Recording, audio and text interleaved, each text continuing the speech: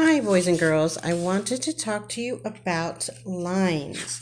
Lines is an element of art, and we are going to learn about lines today and the different kinds of lines there are. So I made some examples here for you so you could know which ones that you're going to put in your picture today. So this is a horizontal line. It's just a straight line that goes across your page. So if you can remember the horizon when you're looking outside and you see the sun, the horizon is always the one that goes across. Then we have a line that is a curvy line. This one is kind of like a snake.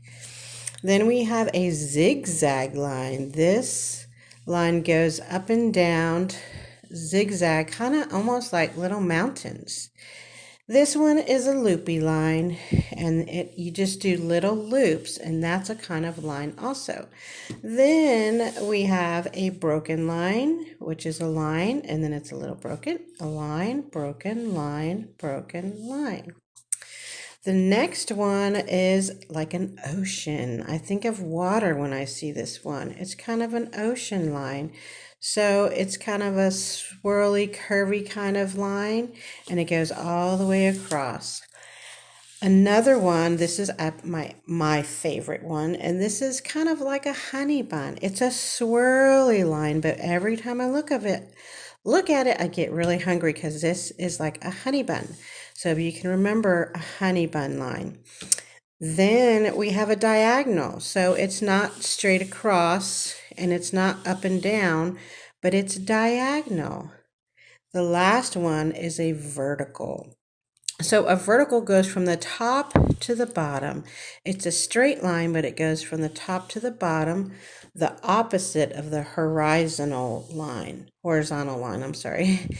That one goes across. So now that you know about these lines, I want to show you, we are going to be drawing a picture kind of like something that you would see Matisse.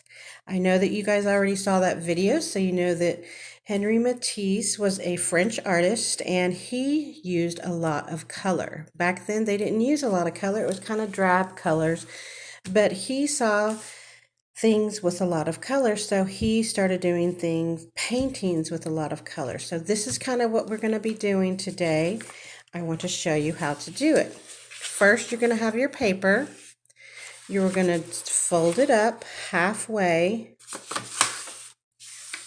like that. Then you're going to fold it again. We are doing this so that we can make sections in our paper. That way it'll be easy when we do our different sections.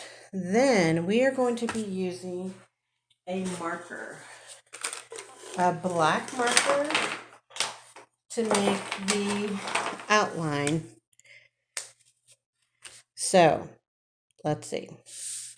If I would start with a line right here, so kind of in the middle, you're going to draw a line from here to here. That is the top of your vase. Then just draw a little curved line and another curved line.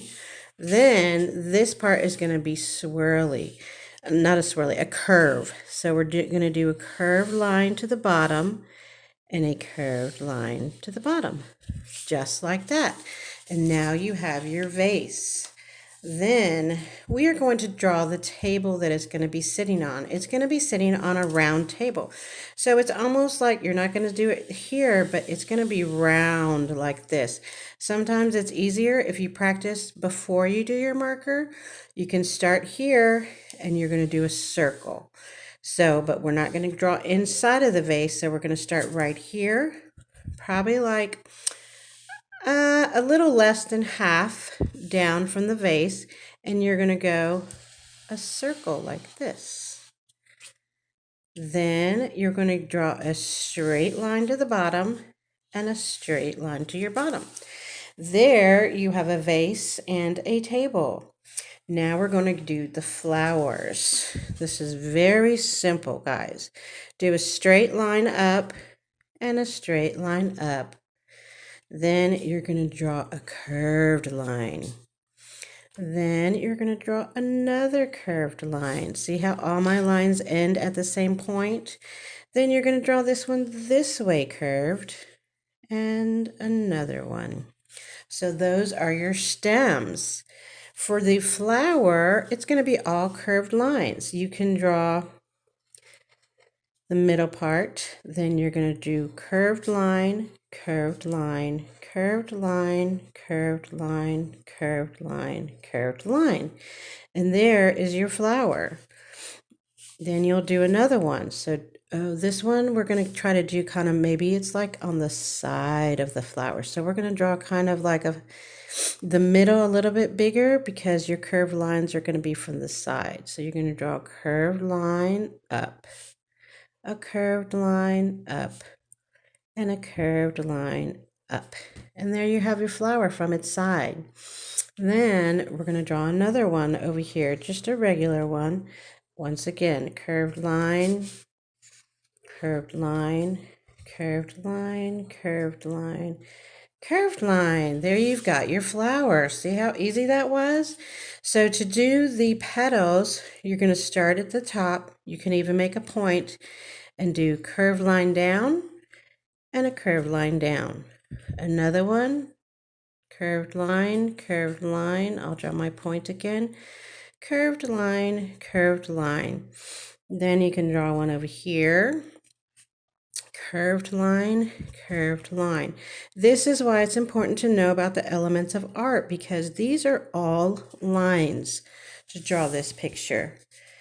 Next, you are going to not go into the middle of your vase. You are going to start your vase from here, and you are going to follow this line across and from here across. And you can kind of see where it bends. That's where you're supposed to be drawing. So not on the vase. You don't have to do the bottom one because that's where our table is. But here, right here where the flower is, if you can see where it bends right here, you're going to draw a straight line. That way you have 4 sections, and those are the sections that we are going to be doing line patterns in there. A pattern is something that you do over and over, and it makes a pattern. So we are going to be using crayons. I couldn't find my crayon, so I am going to be using oil pastels. Oil pastels is like a crayon, but it has a little bit more oil in it. If you touch, when we get into class, I can show you the difference, and I have the kids touch it. It feels just a little bit more like smooth and oily.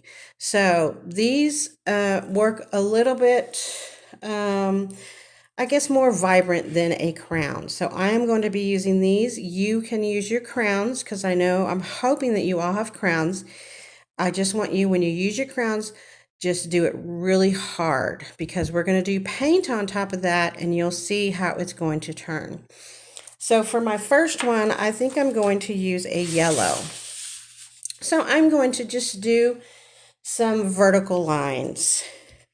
You're going to go straight up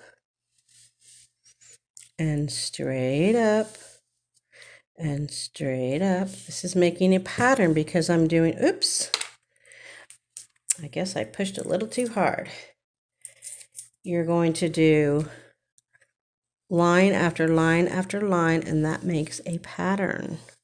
So you have learned today about lines and, good gracious, lines and patterns. So I want to make sure I do it all the way to the end of my area right here. And there we have it. The next one, and you are going to do yours completely the way you want to do it, because you are the artist. I am just showing you an example so that you will have something to go on. So you can do any kinds of lines that I just showed you, if you can remember all these lines, and then you make your own pattern. So the next one, maybe I'll do a zigzag. So you're going to do a zigzag pattern.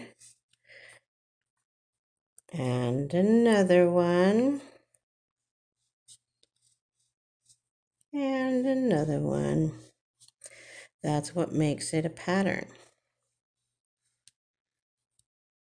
Matisse liked to put a lot of color in his, so I'm trying to make it super colorful so that you can see and you can be an artist just like him. His paintings are very expensive. People who bought his paintings back then spent a lot of money. He is a famous artist that people bought paintings from back then. I think he was born in 1869, so he's not alive right now. So the next one I'm going to be doing is swirls. Like my honey bun, my favorite one. So we're going to be doing swirls going around. And you may not be able to see them as well because it's in yellow, but as soon as I get my paint on top, you will be able to see this. Maybe I'll do a purple next. And so I am going to do diagonal lines on this one. So when you're using your crown, you're going to be pressing hard. This one I don't have to press as hard. I guess I am pressing hard if I keep breaking them. Because it'll show up better if you use your crowns and push down really hard. The next pattern, I think I'm going to do horizontal lines. So that was the first one I showed you. And I'm just going to do a pattern on this vase in a horizontal pattern. Then maybe for my circle, I think I'm going to do, let me see if I can find an orange. Well, this is it. Here's an orange. And I'm just going to follow the lines of my circle. So I'm not going into the vase, but this is my circle.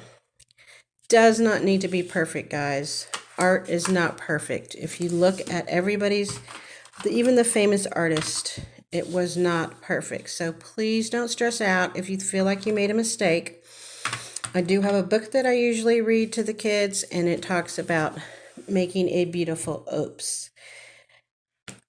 Okay, so we are going to, let's do some more zigzags. So I'm going to do zigzags here. Just making myself, there I go again. Making myself a little zigzag pattern.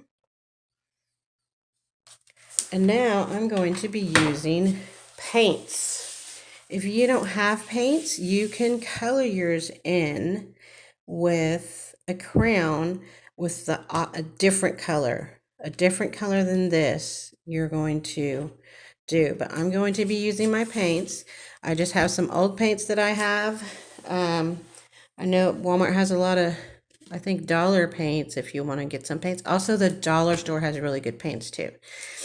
So Dollar Tree is my favorite. I love the Dollar Tree. So I have my water here. I'm going to be swirling my brush. Something I would always tell the kids when they're using a paintbrush is to use it like a ballerina. So when you use your paintbrush, you don't smash it down. That's not good for the brush. You want to use your paintbrush like it's a ballerina. So it's going to be up on its tip. So when you paint, you're not smashing, you're swirling like a ballerina. So let me see. I'm going to start maybe with the color green. I'm going to wake up my paints because when they don't have water, they're kind of asleep. When I put water in it, it kind of wakes them up.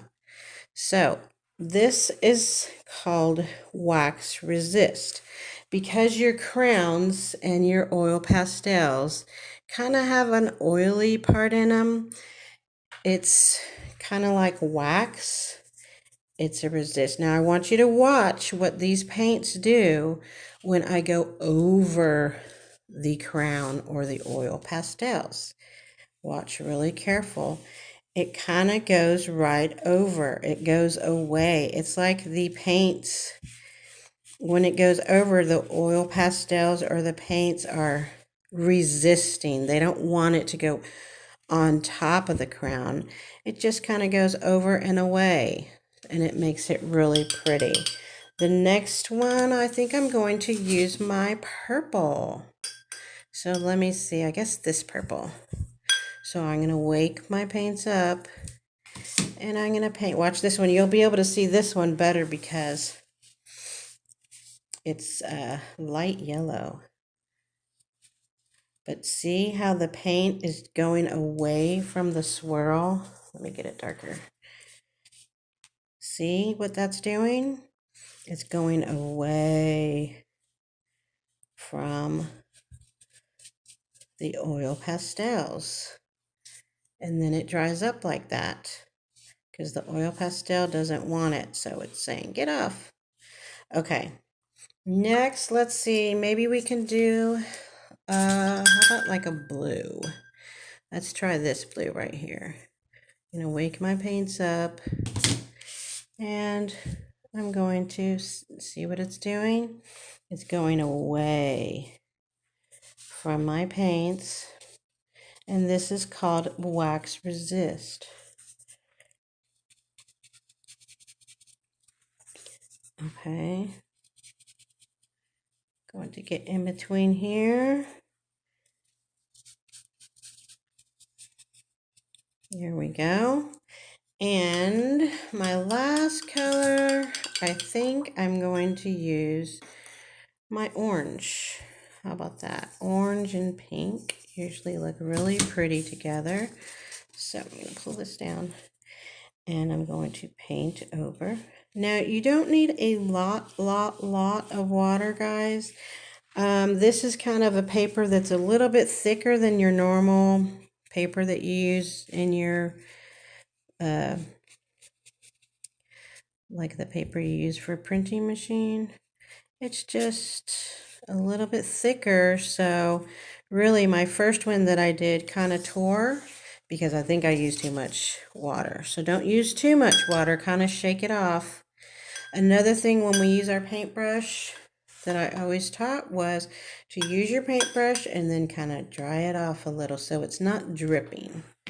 Okay, so the last part, I think we're just going to color in our flowers with the crown. That way it just makes it a little bit different when we're doing our flowers. And we're not going to do a paint over this. We're just going to let them stay this color.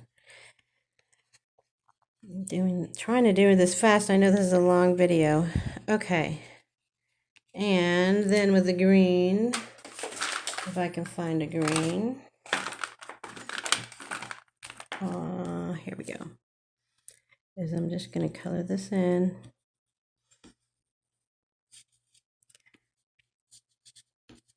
There we go. And for the vase, I am going to use yellow.